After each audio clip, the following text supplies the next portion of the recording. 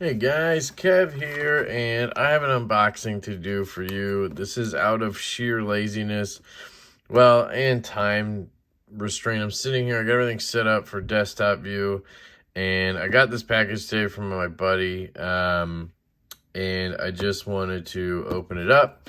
You can see here, his name is Copper Nose on Instagram, and let's get into it. His name is Chris. He's a good buddy, a local guy.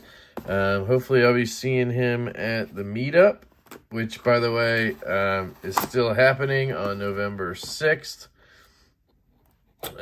in New Britain, PA at Covered Bridge Park. So if you're interested, please check it out. Hopefully this video will be up by then. So he messaged me yesterday. We were chatting, actually, and he asked me if I had checked out a certain knife. And I think it was a Benchmade. I honestly couldn't remember that. I just saw the box, so I'm lying. It's a Benchmade, though. Can't remember what it was. Mini Osbourne, that's what it was. Got it. Look at this. Huh, it's pretty cool. Kid's art project or something. But yeah, so that's what it was. The Mini Osbourne. And you guys might recall, I just reviewed the Mini Super Freak. So this is the 94 BK-1, 323-21 blue class. Pretty cool. Chris is a lefty, so it should be set up for me already. Yep. This is the blacked out one, which you guys know I'm not into coated blades. Oh, damn. Look at that centering. That is effed up, man. Chris uses his knives pretty hard, so he probably didn't even notice. Wow, this is a pretty comfortable little guy.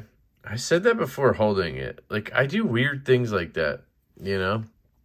What I meant to say was it flicked well. And I'm like, it's a comfortable, and I haven't even held it.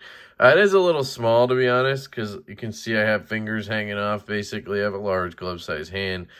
Unlike the Super Freak, you don't really have a flat up here to choke up on. So if you have small hands, this probably feels pretty good. If you have my size hands, it's not that great. I'm going to see if I can do something about that pivot. I'm guessing it is, oh yeah, super loose. I'm guessing because, one, he uses his knives, and two, he probably wanted it to have good action. And wow, that was loose. And it's still off center. Great. And now it won't flick. Watch. God damn, Benchmade. See, this is the kind of stuff that a lot of people, obviously Chris included, don't care. Like, they just don't care that the centering's off. He probably never even looked, is my guess. You really have to loosen it to get action. So let me... I mean, he had it pretty much where you need to have it to get action on this thing. But to do that, you can hear it. And this is one of the reasons I'm not a big fan of Benchmade right there. Because for me personally, I would have to send this in. Now, yeah, it's still off, but it's definitely better now. Damn, somehow I got a lot better. It's still off, though. But, like, that's the kind of weird stuff that happens with Benchmates. And then you got to send it in to get fixed. And they always take care of it, so it's not a huge deal. But, I don't know. To me, it's just annoying. But anyway, let's get back into this. Here's the G10 scales. They look really cool. Let's do a close-up. So, really nice texturing on that G10. I do like how they finished their G10. Kind of weird to have these satin axis lock bars. They could have just went the full mile and done blacked out ones, right, to match everything. Seems silly not to. There's that centering up close. Man, I don't know what I did, but I got it to be way better, and I don't know, that was weird. You have these blue standoffs and blue liners under there. It's kind of interesting. So that's a G10 liner. Does not have steel liners. Is that true? Obviously, it has those axis bar liners. But other than that, yeah, it's like a little bit of G10 in there. That's pretty cool. Here's your blade. Of course, used. Like I said, he is a user. That's one thing I really like about Chris.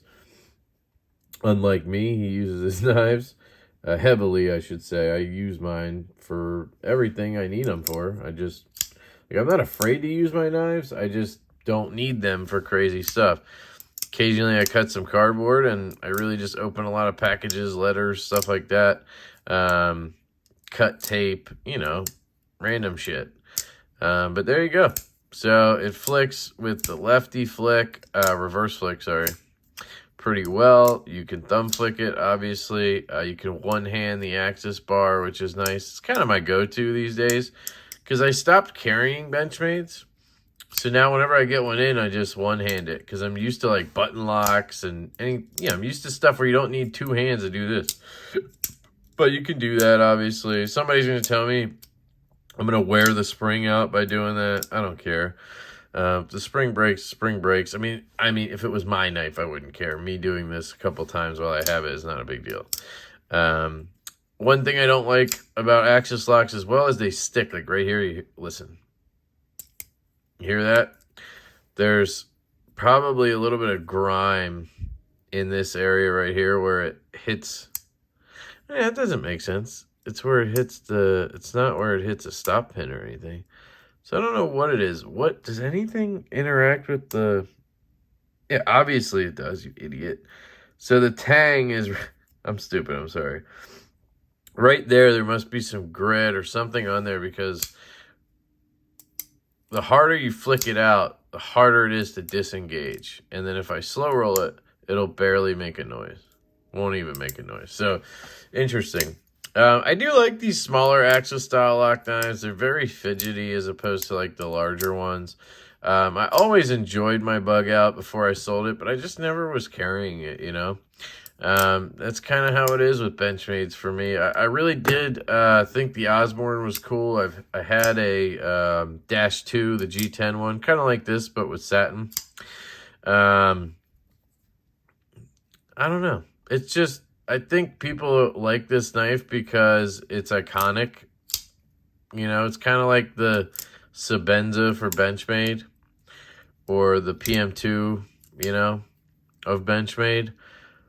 But it's just, I don't know, the full sizes, I'm sorry. So they made a mini to appease people, and obviously they would sell, right? But is it a cool knife? No, it's ugly as sin. I don't think this blade is super useful. I mean, a lot of people are like, you could pry with it, blah, blah, blah. Like, okay, great, go do that. But, I don't know. I know that Zach from Zach Stuff hates me because I talk shit on Benchmades all the time. But I'm kidding.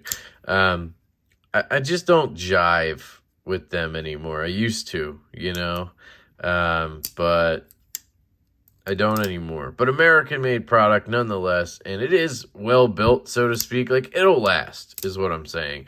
It may not be perfectly QC checked, but you can always send it in and get free repairs done, and they'll take care of everything you had a problem with. That works for me.